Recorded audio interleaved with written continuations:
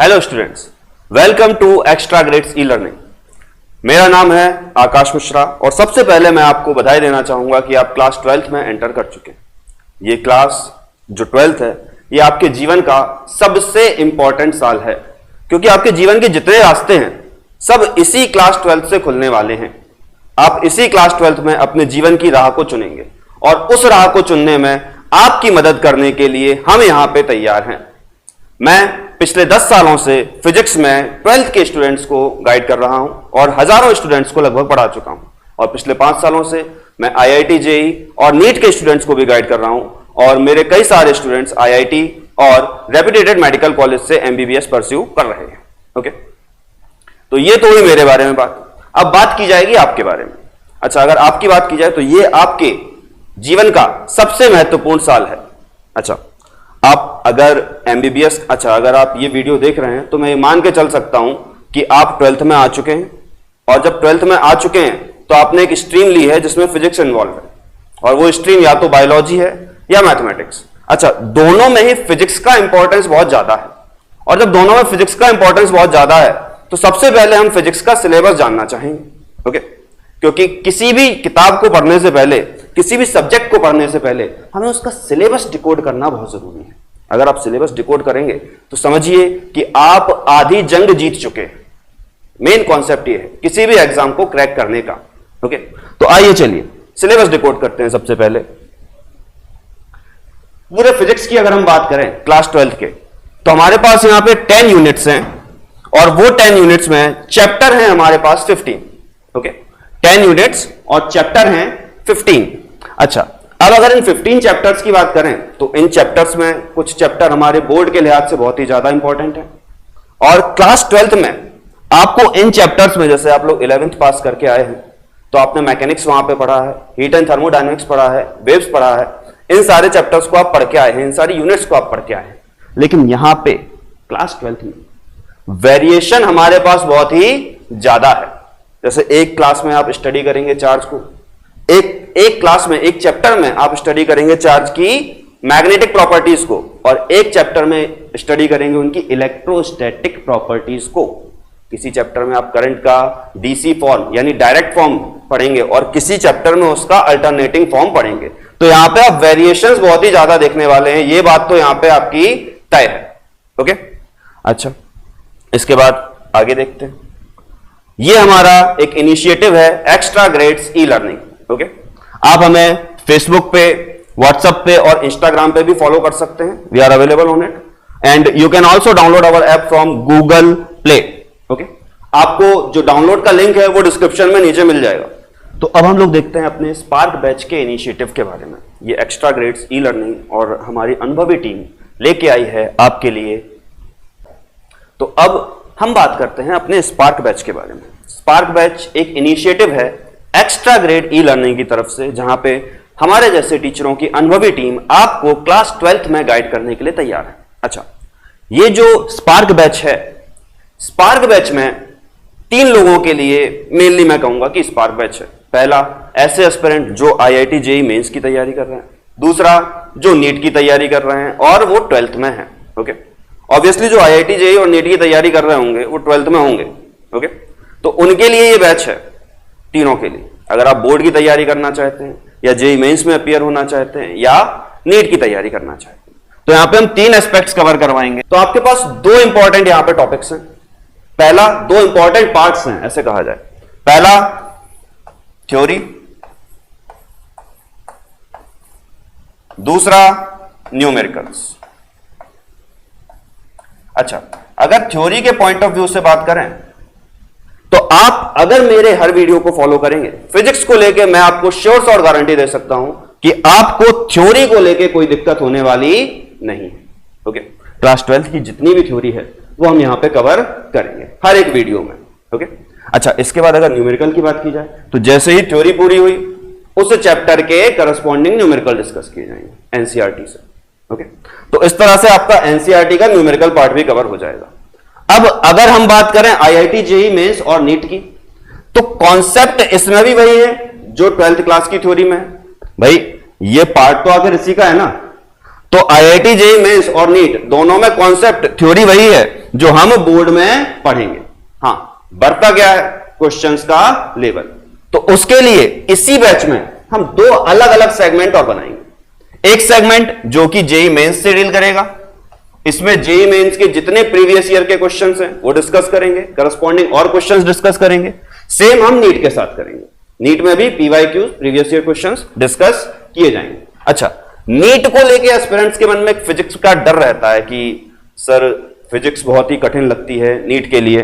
तो ये बैच मैं आपको गारंटी देता हूं कि आप अगर मुझसे पढ़ेंगे, मेरे हर वीडियो को फॉलो करेंगे, तो आपको नीट में ये टेंशन आने वाली नहीं है कि आपको फिजिक्स कठिन लगता है। फिजिक्स में कठिनाई शब्द को भूल जाएं। ओके, यही तो मेरे वास्ट एक्सपीरियंस का आपको फायदा मिलेगा। चलिए अब हम बात करते हैं इलेक्ट्रोस्टैटिक की, सिलेबस की। पहली यूनिट है इलेक्ट्रोस्टैटिक। इस इलेक्ट्रोस्टैटिक में पहला पार्ट है इलेक्ट्रिक चार्ज एंड फील्ड का। ओके, अच्छा, electric charge and field, electrostatic नाम पढ़िए पहले। ये जो नाम है इलेक्ट्रोस्टैटिक, इसका मतलब क्या है? इसका मतलब है कि हमारे पास अगर कोई चार्ज है और वो चार्ज स्टेशनरी, तो किसी स्टेशनरी चार्ज की प्रॉपर्टीज की जब हम स्टडी करेंगे, ओके, किसी स्टेशनरी चार्ज की प्रॉपर्टीज की जब हम लोग स्टडी करेंगे तो उसे कहेंगे हम क्या? इलेक्ट्रोस्टैटिक। अच्छा, दो पार्ट में इसे हम स्टडी करने वाले हैं। पहला इलेक्ट्रिक चार्ज एंड फील्ड, और दूसरा बात करेंगे इलेक्ट्रोस्टैटिक पोटेंशियल और किसी कैपेसिटेंस की। ओके, मतलब कोई भी डिवाइस है तो यहां पे हम पहले पढ़ेंगे इलेक्ट्रिक चार्ज और फिर पढ़ेंगे इलेक्ट्रोस्टैटिक पोटेंशियल चैप्टर 2 में। ओके, इसके बाद unit 2 current electricity. Basically current electricity में जब हम बात करते हैं तो बात करते हैं डीसी करंट की। ओके, अच्छा, डीसी करंट की बात करेंगे, रेजिस्टेंस की बात करेंगे यहां पे, आरसी सर्किट की बात करेंगे यहां पे, और बात करेंगे current measuring instruments, potential measuring instruments की। ओके, ये सब बात हम यहां पे करने वाले हैं। इसके बाद आगे देखते हैं magnetic effect of current and magnetism. जैसे मैंने पहले बताया था कि यूनिट 1 में इलेक्ट्रोस्टैटिक में हम चार्ज के स्टेशनरी इफेक्ट की बात कर रहे थे, यानी स्टेशनरी चार्ज के कारण जो इफेक्ट प्रोड्यूस होते थे उनकी बात कर रहे थे हम यूनिट 1 में। अगर चार्ज मूविंग है तो moving charge magnetic field produce करता है, ये हमें पता है। तो मूविंग चार्ज के कारण जो मैग्नेटिक फील्ड आएगी और जो परमानेंट मैग्नेट है उनके कारण जो मैग्नेटिक फील्ड आएगी, उनका हम यहां पे स्टडी करने वाले हैं। ओके, चैप्टर 4 की बात करें तो मूविंग चार्ज के कारण जो मैग्नेटिज्म जनरेट होगा उसकी स्टडी करेंगे, और चैप्टर 5 की बात करें तो मैटर यानी परमानेंट मैग्नेट के कारण जो मैग्नेटिज्म जनरेट होगा इसमें उससे डील किया जाएगा। ओके, इसके बाद इलेक्ट्रोमैग्नेटिक इंडक्शन एंड एसी।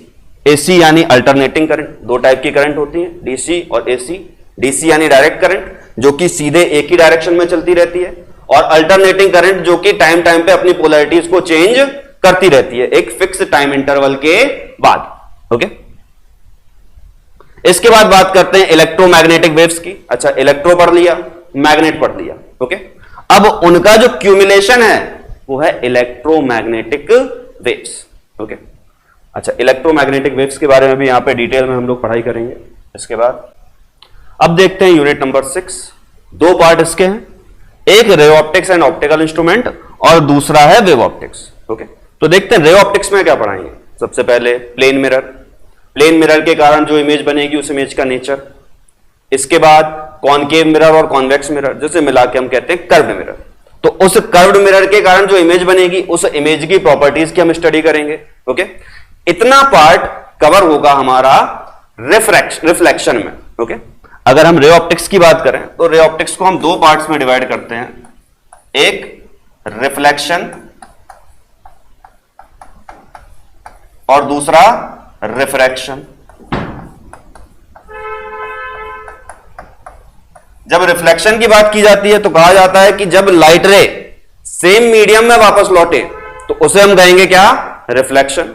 और जब लाइट यानी कि यहां से लाइट रे आई और इसी मीडियम में वापस लौट गई तो इसे कहेंगे रिफ्लेक्शन।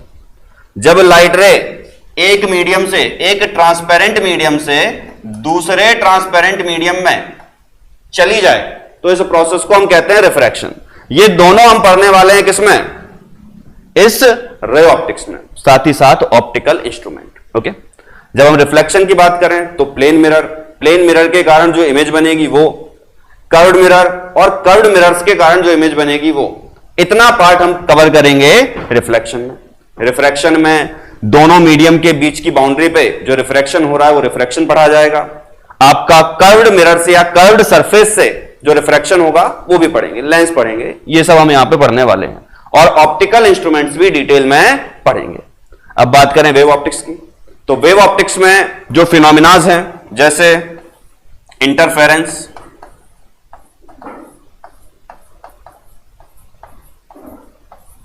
डायफ्रैक्शन, ओके, और पोलराइजेशन, ये हम पढ़ने वाले हैं। इंटरफेरेंस, डायफ्रैक्शन और पोलराइजेशन। ओके, इसके बाद अगर आगे बात करें तो बात करेंगे डुअल नेचर ऑफ मैटर की। ये मॉडर्न फिजिक्स का पार्ट हो जाता है। Okay, dual nature of matter, dual nature of matter and radiation. इसका मतलब क्या है कि अगर हम देखें किसी बॉडी पे या किसी भी फोटो इलेक्ट्रिक सब्सटेंस पे अगर हम कोई लाइट डालते हैं तो उस लाइट के कारण यहां पे जो इलेक्ट्रॉन्स का एमिशन होता है उसके बारे में हम dual nature of radiation and matter में पढ़ने वाले हैं। डी ब्रॉगली वेवलेंथ्स हैं, ओके, उनके कारण जो प्रेशर जनरेट होता है ये सब पढ़ेंगे डुअल नेचर ऑफ मैटर में। इसके बाद unit 8 atoms and nuclei. Okay, atoms and nuclei में जो चैप्टर 12 है उसमें हम एटॉमिक स्ट्रक्चर जो है, अच्छा केमिस्ट्री में भी एक एटॉमिक स्ट्रक्चर आप लोगों ने पढ़ा होगा। ओके, तो उससे सिमिलरिटी ही है, बट इसमें हम उसका फिजिकल जो फिजिक्स वाला एस्पेक्ट है वो देखेंगे।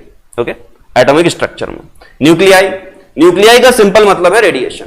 जो रेडियो एक्टिव एलिमेंट्स हैं वो जब डिके करेंगे तो उनके कारण अल्फा, बीटा या पॉजिट्रॉन जो भी पार्टिकल्स निकलते हैं उनकी हम यहां पे स्टडी करेंगे।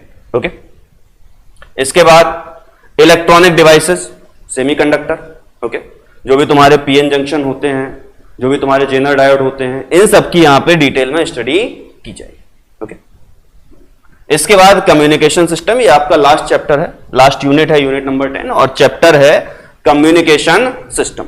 ओके, तो इतना सब हम लोग क्लास 12th में आपका पढ़ने वाले हैं। अच्छा, इतना सब, अच्छा देखिए, अगर आप मेरे सारे वीडियोस को फॉलो करेंगे तो आपको इन सारी चीजों का कंटेंट मिलेगा अच्छे तरीके से और अच्छी क्वालिटी का। Okay, extra grade e learning में हम आपको ये सारे एक्सपेक्ट कवर कराने वाले हैं। एक बार इसकी पहले थ्योरी पढ़ेंगे और थ्योरी पढ़ने के बाद हर एक चैप्टर के न्यूमेरिकल्स किए जाएंगे। बोर्ड लेवल को ध्यान में रखते हुए सबसे पहले न्यूमेरिकल्स किए जाएंगे और उसके बाद आईआईटी जेईई और नीट के लेवल को ध्यान में रखते हुए उनमें किस तरह के क्वेश्चन पूछे जा रहे हैं, उनमें लेटेस्ट ट्रेंड क्या चल रहा है, उस ट्रेंड को ध्यान में रखते हुए हम यहां पे हर एक चैप्टर के क्वेश्चन उसी हिसाब से कराने वाले हैं। ओके, तो आप इस वीडियो को अब लाइक कीजिए, शेयर कीजिए और सब्सक्राइब कीजिए और लोगों को बताइए हमारे इस इनिशिएटिव के बारे में, ताकि आप और आपके साथ आपके जो दोस्त लोग भी हैं वो भी इसका बेनिफिट उठा सकें। ओके।